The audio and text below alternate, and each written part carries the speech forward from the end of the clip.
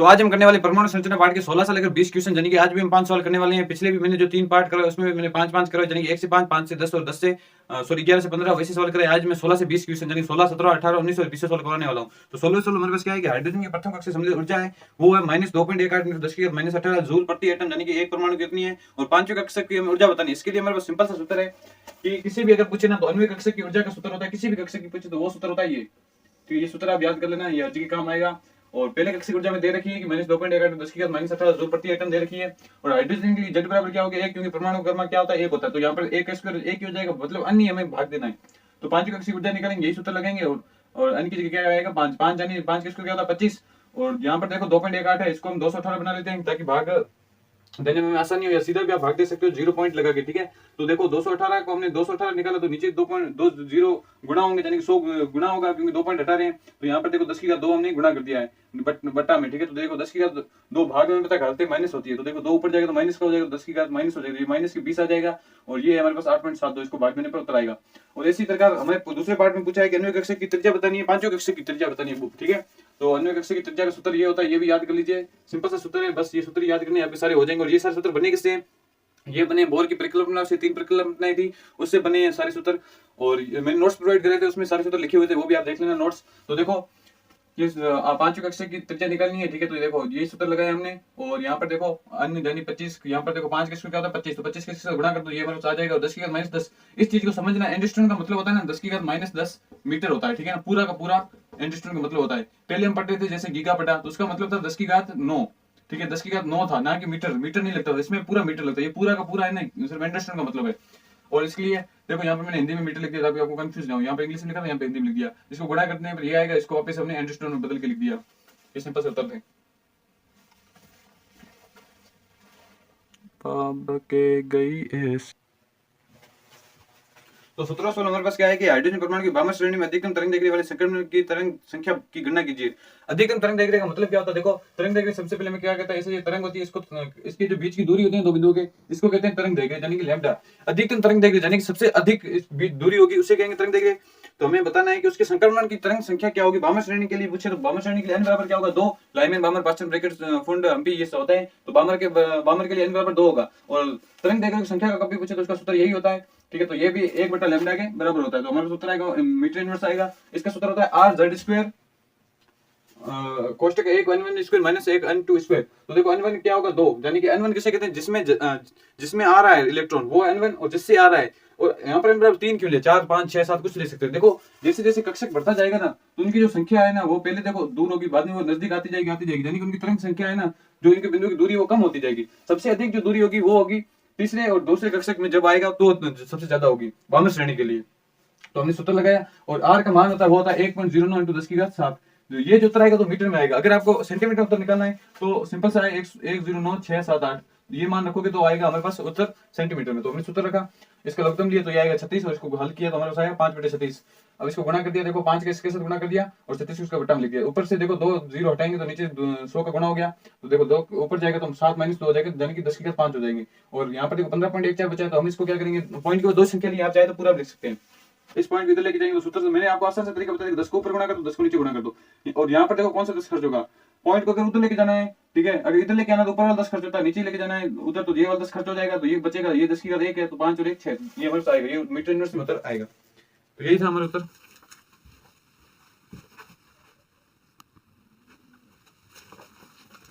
तो हमारे पास सवाल है नेक्स्ट 18वां की हाइड्रोजन परमाणु इलेक्ट्रॉन को पहली कक्षा से पांचवी कक्षा तक लिया जाता है, यानी कि जो इलेक्ट्रॉन है हाइड्रोजन कक्षा सॉरी परमाणु वो पहली कक्षा से पांचवी कक्षा में जाता है, तो हमें उसकी ऊर्जा बतानी है। और दूसरे 2 क्वेश्चन है इसमें, और दूसरा बताना है कि वही इलेक्ट्रॉन जब तलस्थ अवस्था में यानी कि वापस पहले कक्षा में आ जाता है तो उसकी तरंग दैर्घ्य किस तरंग दैर्घ्य प्रकाश उत्सर्जित होगा। देखो हमें बहुत ही आसान क्वेश्चन है। अन्य कक्षा की ऊर्जा का सूत्र मैंने पिछले क्वेश्चन में भी यही काम आया था, अभी बता देता हूँ। ये सूत्र होता है हमारे पास। और पहले कक्षा के लिए हमारे देखो यहाँ पे मैंने पहले जूल में बदल दिया, क्योंकि 1 जूल बराबर 10 की घात 7 अर्ग होता है। और यहाँ पर जो हमें दे रखा था वो दे रखा था मान दे रखा था, वो दे रखा था अर्ग में दे रखा था, मैंने सीधे जूल में लिख दिया है, ठीक है। क्योंकि हमें पता है कि यहाँ पर रखोगे 1 तो 1 1 1 ही होगा, तो यही मान आएगा। तो पांचवी कक्षा की ऊर्जा ये आ गई। और ठीक है, इसको सोल्व करोगे तो हमारे पास पिछले क्वेश्चन में यही सोल्व किया था, आप यहीं तक छोड़ दो, क्योंकि हमें पता है कि हमें ये ऊर्जा नहीं चाहिए पांचवी कक्षा की, हमें चाहिए कि वो पहले कक्षा पांचवी कक्षा में जाएगा तो कितनी उसको ऊर्जा चाहिएगी ना। हाँ यही था, कितनी ऊर्जा की आवश्यकता होगी। तो देखो इसका सूत्र क्या होता है, हमें जिस किसी का भी ऊर्जा निकालनी होती है ना, तो देखो जिस कक्षक में जा रहा है उसकी ऊर्जा और जिस कक्षक से आ रहा है उसकी ऊर्जा माइनस कर देते हैं। जो जिस कक्षक में जा रहा है वो पांचवें कक्षक में जा रहा है तो 5 माइनस 1 होगा, तो इसको हम सॉल्व करेंगे तो देखो माइनस 2.18 10 के माइनस 18 दोनों में कॉमन है, तो हमने कॉमन ले लिया, प्लस का 2.18 कॉमन लिया, तो यहाँ पर देखो क्या बचेगा, प्लस का कॉमन लिया तो माइनस बचा, और यहाँ पर देखो प्लस की संख्या इतनी ले ली तो ये माइनस माइनस प्लस हो जाएगा, प्लस 1 हो जाएगा, तो 1 माइनस 1/25 लिख दिया हमने यहाँ पर, और इसको सोल्व किया तो 25 से कम 25 माइनस 1 24/25 आएगा। आपको फर्स्ट सोल्व करना आता है तो, अगर फर्स्ट सोल्व नहीं करना है तो उसको लगता लेके कर सकते हो। 25 में 24 में 25 का भाग देंगे 0.9 से 0.9 इसके बाद अंदर भाग दे देंगे, गुणा कर देंगे तो हमारे पास आएगा 2.09 × 2 8 10 की माइनस 18। और देखो हमने पास तरंग दैर्घ्य का सूत्र पूछा है, हमारे पास ऊर्जा आ गई, मतलब ये इतनी ऊर्जा उसकी आवश्यकता है इतनी ऊर्जा की, हमें पूछा तरंग दैर्घ्य का, दोनों चीजों को मैच करना पड़ेगा, हमें ऐसा हमें कोई सूत्र लाना पड़ेगा जिसमें ई और लैम्डा दोनों हो, तो उसके लिए सीधा सा सिंपल सूत्र है कि एच न्यू, और यहाँ पर न्यू हमें दे नहीं रखा है तो हम क्या करेंगे दूसरा सूत्र लगाएंगे, न्यू किसके बराबर होता है c/λ, तो हमने c/λ लिख दिया h/λ। तो देखो यहाँ पर ई था, यहाँ पर डेली है तो यहाँ पर डेली लिख दिया, और h/λ लिख दिया, तो लैम्डा को इधर भेज दिया, पक्षांतर कर दिया और इसको वापस यहाँ पे भेज दिया, पक्षांतर कर दिया। यहाँ पर देखो सबके मान रख दो, h का मान क्या होता है 6.06 × 10 की माइनस 34, और h c का मान होता है 3 × 10 की 8 मीटर प्रति सेकंड, और एनर्जी का मान अभी निकालो। देखो मैंने यहाँ 2 पॉइंट तक लिया है, अगर आप सारी संख्या ले लोगे सारे पॉइंट तक तो आपका भाग थोड़ा डिफिकल्ट हो जाएगा, आपको भाग करने में प्रॉब्लम आएगी, ठीक है ना, इसलिए आप ऐसे सोल्व करो कि 2 पॉइंट संख्या ले लो तो भी आपके लिए सही रहेगा। मैंने भी 2 पॉइंट संख्या ली है, 2 पॉइंट संख्या लेके इसको सोल्व किया तो हमारा सूत्र आएगा 1980। देखो यहाँ पर बचा क्या 19.88 बटे 2.09, देखो यहाँ पर कटेंगे 2 पॉइंट के पास, पॉइंट इधर किसका लेते हैं भाग करने में आसानी के लिए ताकि पॉइंट हटा ही देते हैं, तो देखो ऊपर के 2 जीरो कटेंगे 2 जीरो से, क्योंकि देखो इधर हटाएंगे तो नीचे 2 जीरो गुणा होंगे और नीचे वाले पॉइंट हटाएंगे तो ऊपर गुणा होंगे, ये 100 से 100 कट जाएगा, तो ये आएगा 1988/2.0। इसके साथ कोई छेड़छाड़ नहीं होगी। 18 और 8 कितने होते हैं 26 होते हैं, और 34 में 26 घटा देंगे माइनस की संख्या बचेगी वो बचेंगे माइनस के 8। यहाँ पर हमारे पास मान यहाँ तक छोड़ोगे तो भी सही होगा, अगर आपको थोड़ा बहुत याद हो तो आप याद दे सकते हो कि एंड का मान होता है वो होता है 10 की माइनस 10 मीटर होता है, ठीक है। तो देखो इसको हम 2 पॉइंट इधर लेके आएंगे, तो देखो सूत्र भी मैंने बताया था कि अगर 2 पॉइंट इधर लेके आओगे तो 10 को 2 पॉइंट लेके आ रहे हैं 100 का गुणा कर दो, यहाँ पर कौन से खर्च हो रहे हैं 2 जीरो, ये देखो ऊपर वाले खर्च होंगे या नीचे वाले ये भी देख लो, अगर इधर लेके आ रहे हैं तो ऊपर वाले खर्च होंगे, और इसको हमारे पास माइनस जो 8 है ये हमारे पास एंडस्टोन में मान आ जाएगा, ठीक है। तो देखो 1900 में हमें क्या करा कि हाइड्रोजन परमाणु में इलेक्ट्रॉन की ऊर्जा है उसका सूत्र दे रखा है, ठीक है। इसमें पिछले क्वेश्चन हमें सूत्र याद रखना पड़ता था, इसमें सूत्र दे रखा है, हमें पूछा n बराबर 2 कक्षा से इलेक्ट्रॉन पूरी तरह से निकालने के लिए ऊर्जा कितनी, अगर हमें सिंपल तरीके से देखें तो हमें पता है कि जितनी उसकी ऊर्जा होगी दूसरे कक्षक में उतनी ऊर्जा उसको चाहिए कि निकालने के लिए, लेकिन वो ऊर्जा होगी वो ऋणात्मक में होगी और निकालने के लिए ऊर्जा होगी वो धनात्मक में होगी, लेकिन अब इसको सूत्र के हिसाब से करेंगे, देखो किस हिसाब से करेंगे, अन्य कक्षक ऊर्जा का सूत्र क्या होता है, ये सूत्र होता है, यहाँ पर n बराबर 2 रख दो तो देखो सूत्र में हमारा सूत्र आ जाएगा 5.45 × 10 की माइनस 19। आवश्यक ऊर्जा का सूत्र होता है वो क्या होता है डेली बराबर ई इनडेफिनेट यानी कि अनंत माइनस जिसकी हमें ऊर्जा निकालनी है कि आवश्यक ऊर्जा कितनी है इलेक्ट्रॉन पूरी तरह निकालने के लिए, तो 0 माइनस, और देखो ये ऊर्जा भी माइनस में तो 0 कोष्टक में माइनस आ जाएगा, माइनस माइनस प्लस हो जाएगा तो ऊर्जा आएगी वो आएगी हमारे पास धनात्मक।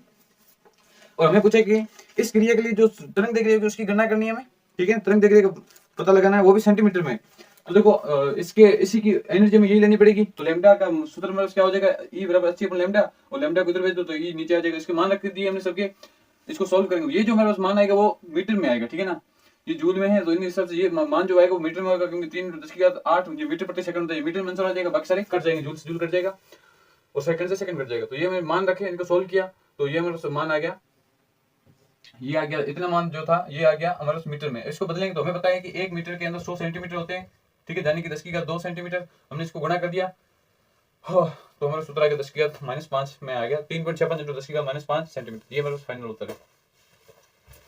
तेरी मस्त मस्त।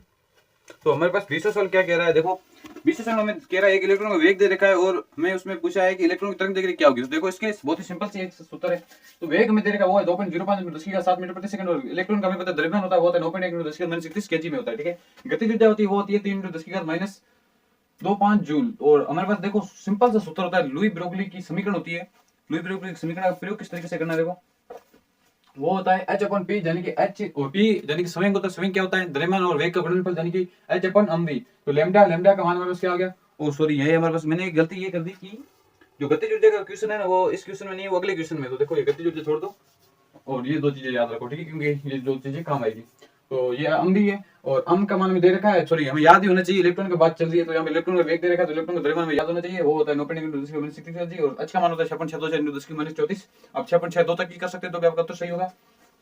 अब इसको सोल्व करेंगे, देखो 6.62 इसको हमने इसके अंदर भाग दे दिया और -34 और ये 7 प्लस का ऊपर जाएगा, भाग में घाते माइनस होती है, ठीक है, तो माइनस क्या हो जाएंगे, और देखो माइनस और -31 तो ये क्या हो जाएंगे, प्लस की हो जाएगी, यानी घात प्लस की होगी। तो 34 में 31 घटा दो तो बचेंगे माइनस के 3 और माइनस के 3 और माइनस के 7 हो जाएंगे -10।